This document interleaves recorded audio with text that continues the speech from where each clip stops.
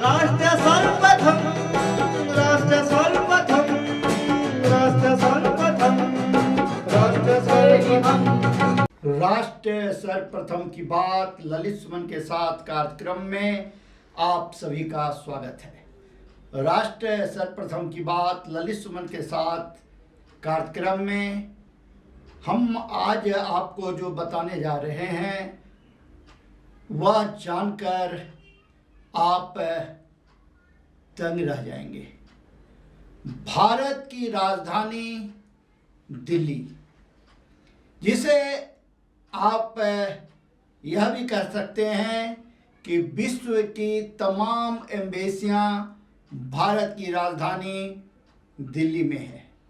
तो दिल्ली एक ऐसा केंद्र शासित प्रांत है जहां न सिर्फ संपूर्ण विश्व की एम्बेसियां का कार्यालय है, भारत की राजधानी है और केंद्र शासित प्रदेश दिल्ली का मुख्यालय है, राज्य मुख्यालय है। सभी दृष्टिकोण से दिल्ली का एक अपना ही महत्व है। भारत की राजधानी दिल्ली में अगर कानून और व्यवस्था के साथ इस प्रकार से खिलवाड़ किया जाए, भारत की राजधानी दिल्ली में अगर इस प्रकार से संगठित अपराध को अंजाम दिया जाए, भारत की राजधानी दिल्ली में अगर संगठित अपराध करने वालों को संरक्षित किया जाए, तो आप स्वतः कल्पना कर सकते हैं कि कानून और व्यवस्था की क्या स्थिति उत्पन्न होगी और संपूर्ण देश, प्रदेश और अंतर्राष्ट्रीय स्तर पर भारत की क्या छवि बनेगी। भारत की राजधानी दिल्ली की पुलिस विश्व में एक अपना महत्व रखती है। दिल्ली पुलिस का एक अपना गौरव है। भारत की राजधानी में रहना, भारत की राजधानी का नागरिक होना भी अपने आप में गौरव प्रदान करता है। भारत की राजधानी दिल्ली में चाहे वह मीडिया कर्मी हो, चाहे वे पुलिस कर्मी हो, चाहे वे एडवोकेट हों, सभी से आम नागरिक उम्मीद करती है कि ये कानून और व्यवस्था को बनाए रखने में सरकार का, व्यवस्था का सहयोग करेंगे। चाहे वह मीडिया कर्मी हो, चाहे वे पुलिस कर्मी हो, चाहे वे एडवोकेट हों, सभी को समाज और संविधान के तहत एक विशेषाधिकार भी प्राप्त है। पुलिसकर्मी को रक्षक की संज्ञा दिया जाता है। किसी भी आपातकाल में पुलिस को बुलाना और अपने आप को सुरक्षित रखना मान लिया जाता है। उसी प्रकार से अपनी पक्ष की बात, अपनी बात माननीय न्यायालय में रखने के लिए वकील, काले कोट की ज़रूरत पड़ती है और काले कोट को लोग एक सम्मान की दृष्टि से देखते हैं, एक आदर की दृष्टि से देखते हैं, इसीलिए उन्हें एक विशेषाधिकार भी प्राप्त है। उसी प्रकार से मीडिया, चाहे वह प्रिंट मीडिया हो या इलेक्ट्रॉनिक मीडिया हो, समाज, राष्ट्र उससे उम्मीद रखता है कि वह सच्चाई को सामने लाने का काम करेगा। जब आम नागरिक या व्यवस्था या प्रशासनिक अधिकारी, यहाँ तक कि पिछले दिनों माननीय न्यायाधीशों ने भी अपनी बात मीडिया के सामने रखकर संपूर्ण देश का ध्यान आकृष्ट करने का काम किया था। आप अंदाजा लगा सकते हैं कि आज़ाद हिंदुस्तान में लोकतंत्र को मजबूत करने के लिए मीडिया का कितना महत्व है। भारत की राजधानी दिल्ली में अब हम आपको जो बताने जा रहे हैं उसे सुनकर आपको तकलीफ भी होगा, आपको जानकर आश्चर्य भी होगा। भारत की राजधानी दिल्ली में मीडिया की आवाज़ को दबाने के लिए विगत 15 वर्षों से लगातार प्रयास किया जा रहा है, क्योंकि वह मीडिया भूमाफियाओं के खिलाफ, सरकारी भूमि पर अतिक्रमण करने वालों के खिलाफ, अवैध निर्माण करने वालों के खिलाफ, गैर कानूनी काम करने वालों के खिलाफ, समाज में आतंक फैलाने वालों के खिलाफ या भ्रष्टाचार को बढ़ावा देने वाले के खिलाफ आवाज़ उठाने का काम करता आ रहा है। राष्ट्र सर्वप्रथम की बात ललित सुमन के साथ कार्यक्रम में हम आपको बताएं कि किस प्रकार से मीडिया की आवाज़ को दबाने के लिए न सिर्फ उसके ऊपर प्राण घातक हमले किए गए, बल्कि उसके ऊपर छेड़छाड़ के झूठे मुकदमे भी दर्ज करवाए गए। मीडिया खामोशी के साथ न्याय में विश्वास करते हुए सभी बातों को न्यायालय तक लेकर के गया और न्यायालय द्वारा उसे बाइज्जत बरी किया गया। और उस मीडिया ने अपनी जान पर खेलकर 17 करोड़ की प्रॉपर्टी जिस पर अतिक्रमणकारियों ने कब्जा कर लिया था उसे मुक्त कराने का काम किया। इतना ही नहीं, संपूर्ण मोती नगर विधानसभा क्षेत्र के अंतर्गत उसने 200 करोड़ से अधिक की भूमि को अतिक्रमणकारियों से, भूमाफियाओं से बचाने का काम अब तक किया है। राष्ट्र सर्वप्रथम की बात ललित सुमन के साथ कार्यक्रम में हम आपको बताएंगे कि किस प्रकार से पश्चिम जिला के मोती नगर विधानसभा क्षेत्र के अंतर्गत एक संगठित माफिया गिरोह है जो बड़े ही सुनियोजित ढंग से सरकारी जगह पर ही न अतिक्रमण करता है, बल्कि लोगों के जमीन पर, संस्था की जमीन पर भी लगातार अवैध कब्जा करता चला जा रहा है। उसने एक संगठित सिंडिकेट तैयार कर रखा है जिसमें सभी तरह के लोग उसके साथ शरीक हैं, जो किसी भी भोले भाले इंसान के ऊपर कभी भी या तो छेड़छाड़ का आरोप लगाने का काम करती है या उसके गुंडे प्राणघातक हमला करते हैं, डराते हैं, धमकाते हैं। और सबसे मजे की बात यह है कि भारत की राजधानी दिल्ली में उसके खिलाफ थानों में दी गई शिकायत पर कोई कार्रवाई नहीं की जाती, बल्कि कुछ पुलिसकर्मी उसके सहयोग में उसके लिए फील्डिंग करते हैं। हम आपको आगे बताएंगे।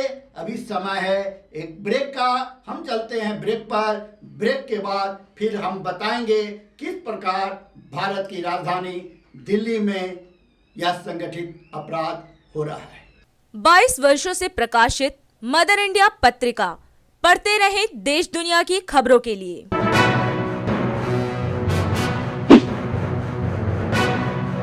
छब्बीसवें वर्ष में आपके लोकप्रिय समाचार पत्र इंडिया दर्पण का प्रवेश। आप देखते रहें अपने क्षेत्र की खबरें।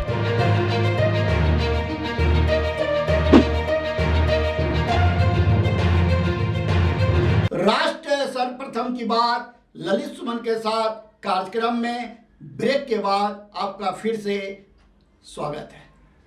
राष्ट्र सर्वप्रथम की बात ललित सुमन के साथ कार्यक्रम में हम बताएं कि पश्चिम जिला के टॉप 10 क्रिमिनल और कीर्तिनगर थाना के बीसी रहे गुरबख्श सिंह चान्ना उर्फ बुच्ची के नाम से आप परिचित होंगे, जो भारत की राजधानी दिल्ली में रहते हैं या पिछले 3 दशक से दिल्ली की गतिविधियों पर नज़र रखने का काम किए हैं। उन्हें पता है कि पश्चिम जिला का एक चर्चित नाम था गुरबख्श सिंह चान्ना उर्फ बुच्ची, जो किसी भी जगह पर कब्जा करने के लिए विख्यात था।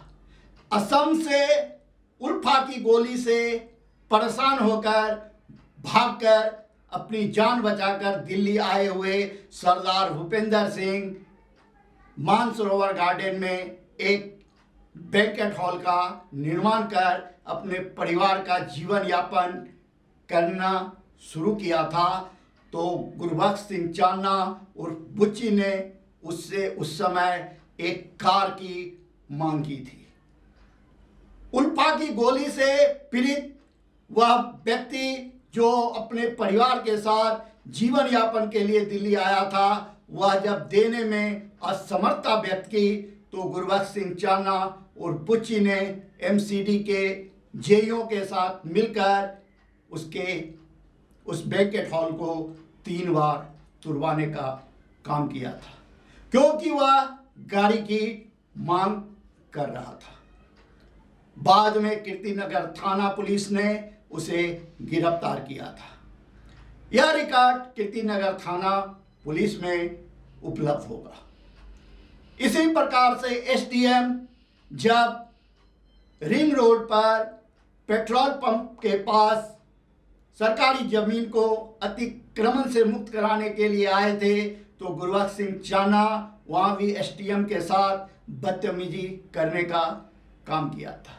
इस प्रकार के एक नहीं कई मामले हैं जो पुलिस रिकॉर्ड में दर्ज हैं।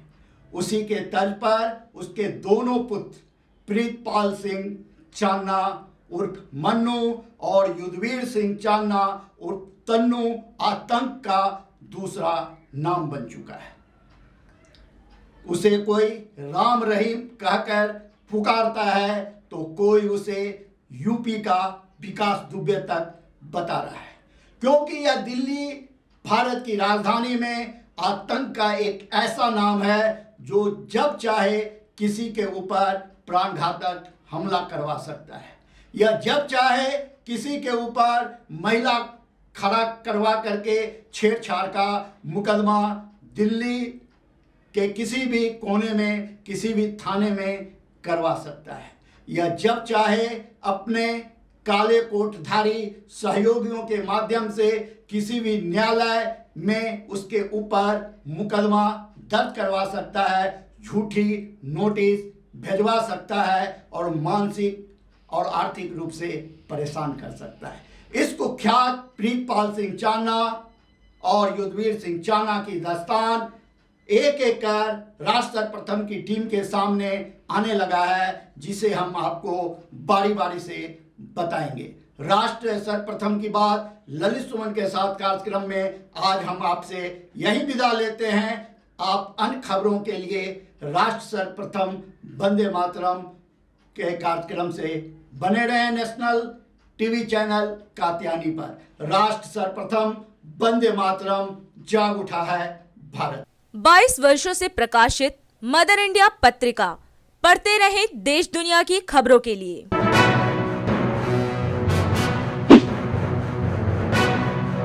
26वें वर्ष में आपके लोकप्रिय समाचार पत्र इंडिया दर्पण का प्रवेश। आप देखते रहें अपने क्षेत्र की खबरें।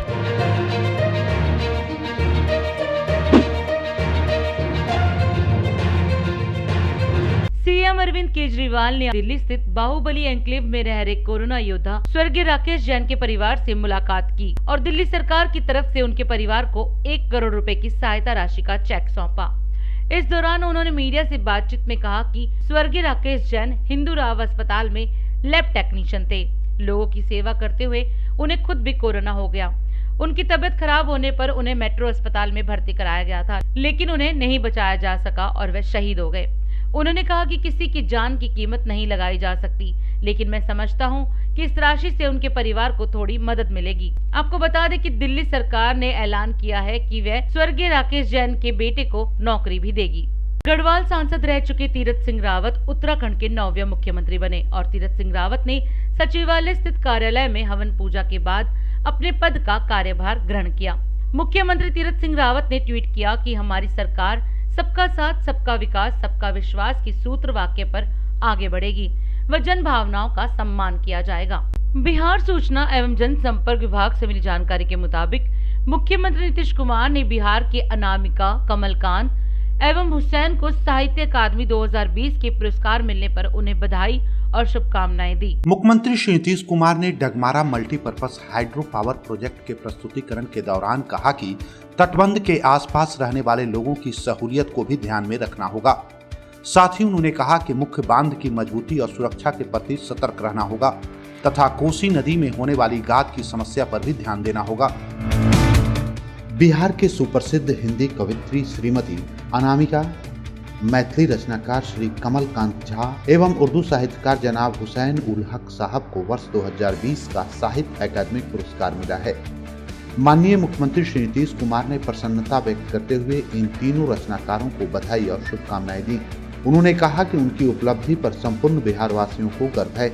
मालूम हो कि मुजफ्फरपुर की अनामिका को हिंदी कविता संग्रह टोकरी में दिगंत थेरी गाथा 2014 के लिए, बिहार के दरभंगा के कमलकांत झा को गाछ रूसल अच्छी के लिए तथा गया के जनाब हुसैन उल हक साहब को उर्दू उपन्यास अमावस में ख्वाब के लिए यह सम्मानित किया गया है।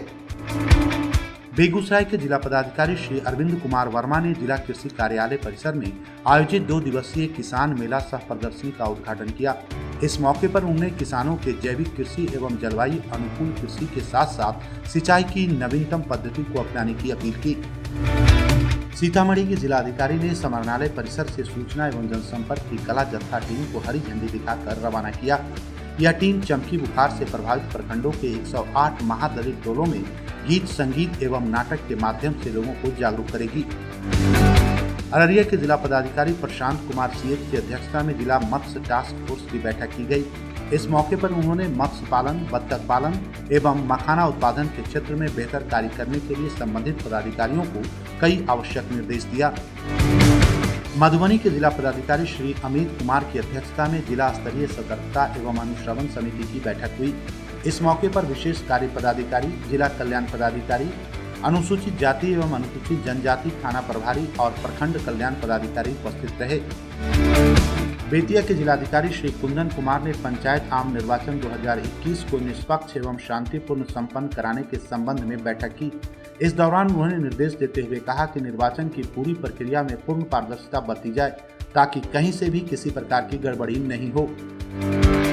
बक्सर के जिला पदाधिकारी श्री अमन समीर ने अपने कार्यालय कक्ष में आम लोगों से मिलकर उनकी समस्याएं सुनी।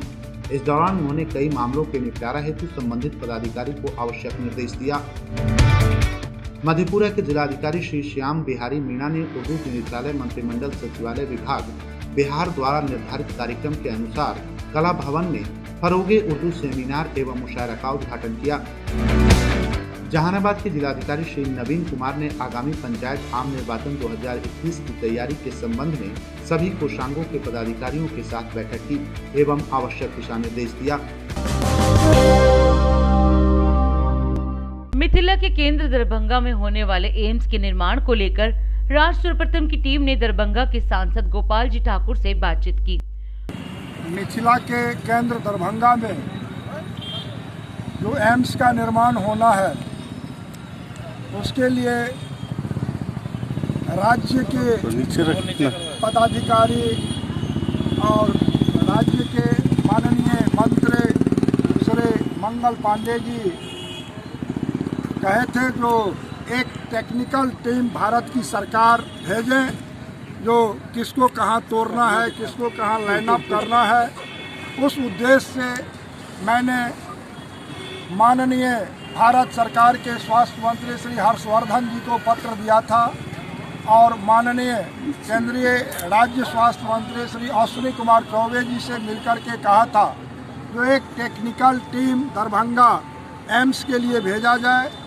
आज हम बधाई देना चाहेंगे अपने भारत की सरकार को जिन्होंने सुधि लेकर के 100 समय टेक्निकल टीम भेजने का काम किया है और टेक्निकल टीम सारे 200 एकड़ ज़मीन में भ्रमण करके और कहाँ क्या आवश्यकता होगी इसको देख रहे हैं। और अब वो दिन दूर नहीं जो लो लैंड का भराई इसको कराना था बिहार सरकार को, उसके लिए बिहार की सरकार ने स्वीकृति दे दी है और मिट्टी भराई बरसात से पूर्व हो जाना चाहिए। और 200 एकड़ में जो बाउंड्री वॉल करना है वो हाइट्स कंपनी को, वह भी हमको लगता है अभी हाइट्स के भी अधिकारी इस टीम में है, तो 200 एकड़ में बाउंड्री वॉल भी होगी। गोपाल जी ठाकुर ने बताया कि बिहार के लोगों के बेहतर स्वास्थ्य को लेकर पीएम मोदी के मन में पहले से ही एम्स के निर्माण की इच्छा थी और हम चाहेंगे कि एम्स का शिलान्यास भी पीएम मोदी द्वारा किया जाए। और माननीय प्रधानमंत्री श्री नरेंद्र भाई मोदी जी के मन में पूर्व से था जो मिथिला के केंद्र दरभंगा में यहाँ के जनसंख्या उत्तर बिहार का जनसंख्या को देखते हुए एम्स का निर्माण हो, तो निश्चित रूप से आने वाले समय में उत्तर बिहार के 22 जिला और नेपाल के 14 जिला और पश्चिम बंगाल के 6 जिला के लोगों के लिए यह एम्स वरदान साबित होने वाला है।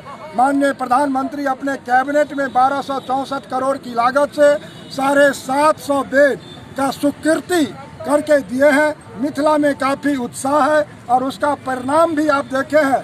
जो विधानसभा की चुनाव में दरभंगा ने 10 में 9 सीट जीतने का काम किया है, मधुबनी 10 में 8 सीट जीतने का काम किया और सीतामढ़ी 8 में 6 और कोसी में 13 में 10 सीट पूरे मिथिला आज बिहार की सरकार बनाने का काम किया, उसमें अहम भूमिका है।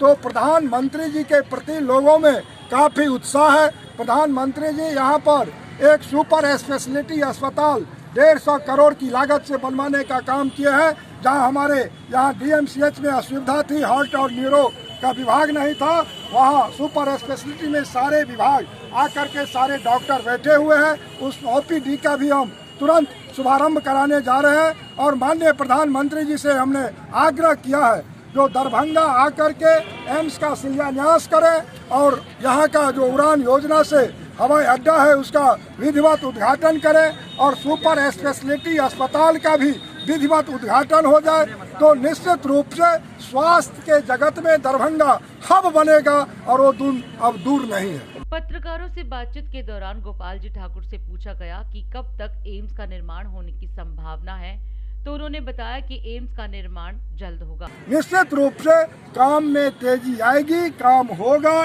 एम्स का निर्माण होना है और 10 करोड़ से ऊपर की लोग यहाँ से एम्स से उपकृत होंगे और 10,000 से अधिक लोगों को इस एम्स में रोजगार भी मिलेगा। और जान लीजिए जब एम्स का निर्माण हो जाएगा तो 500 करोड़ रुपया प्रतिवर्ष भारत की सरकार को लगना है और यहाँ के लोगों का दुख दर्द दूर होगा। आज क्या हुआ थोड़ा बताएं आप प्रिंसिपल महोदय।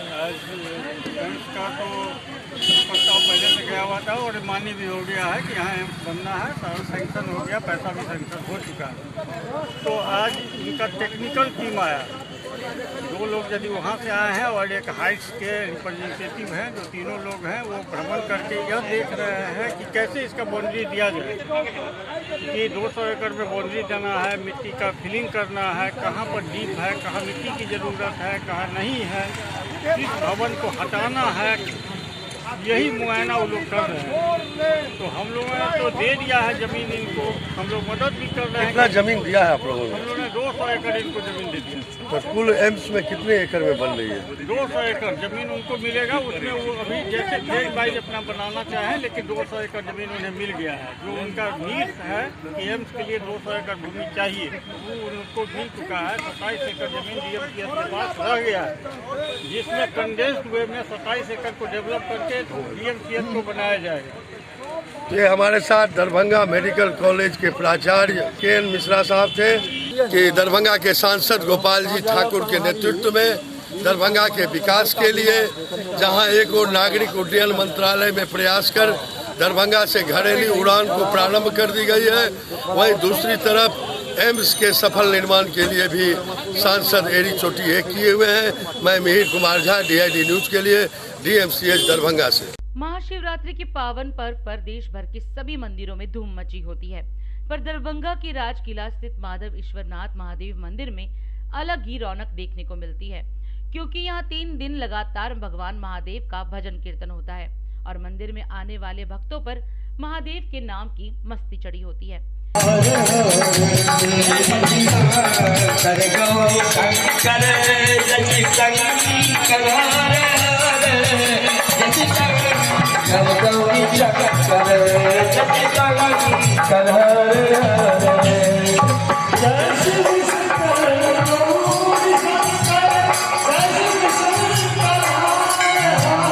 आपको बता दें कि माधव ईश्वरनाथ महादेव मंदिर में 72 घंटे से चल रहे शिव कीर्तन का आज समापन हो गया। इस अवसर पर दरभंगा जिले के तमाम कीर्तन मंडलियों के द्वारा शिव कीर्तन में सहयोग किया गया। मंदिर के मुख्य पुजारी ने बताया कि प्रत्येक वर्ष यहाँ महाशिवरात्रि के दिन से 72 घंटे तक अखंड शिव कीर्तन किया जाता है।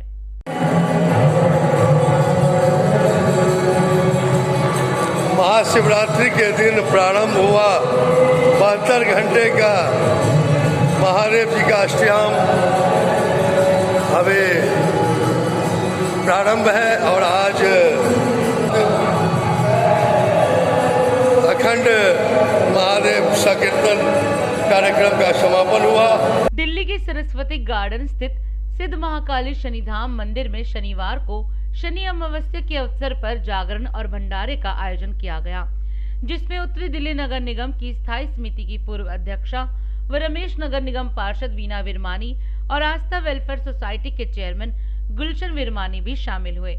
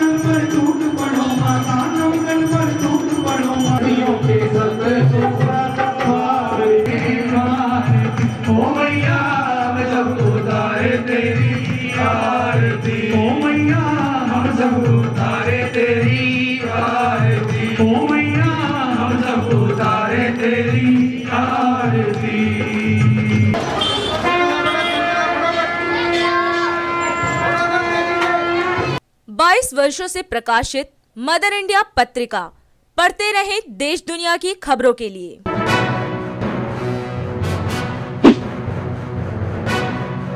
अब वक्त है देश दुनिया की धड़ाधड़ 10 खबरों का।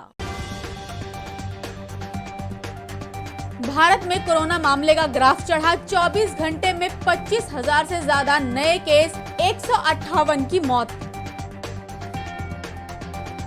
राष्ट्रपति कोविंद गंगा आरती में हुए शामिल, राज्यपाल और मुख्यमंत्री आदित्यनाथ भी रहे मौजूद। मध्य प्रदेश में ओलावृष्टि से हुए फसल नुकसान को लेकर कमलनाथ ने लिखा पत्र।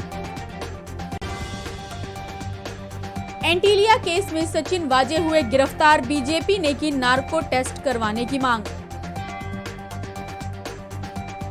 यूपी में खून से लथपथ 3 शव मिलने से हड़कंप, हत्या कर वाराणसी मिर्जापुर बॉर्डर पर फेंकी गई लाश। पठानकोट में दिखा पाकिस्तानी ड्रोन, बीएसएफ ने की फायरिंग, सर्च अभियान भी चलाया। श्रीलंका का बड़ा फैसला, बुर्के पर लगेगी रोक, 1000 से ज्यादा मदरसों व इस्लामिक स्कूलों को भी बंद किया जाएगा। दिल्ली के बदरपुर में अब मिलेगा मुफ्त वाईफाई, पीएम वाड़ी वाईफाई की हुई शुरुआत। मिताली राज ने रचा इतिहास, 7000 वनडे रन बनाने वाली पहली महिला क्रिकेटर बनी। जानवी कपूर और राजकुमार राव की हॉरर कॉमेडी फिल्म रूही की कमाई में गिरावट। राष्ट्र सर्वप्रथम, राष्ट्र सर्वप्रथम, राष्ट्र सर्वप्रथम, राष्ट्र शिवम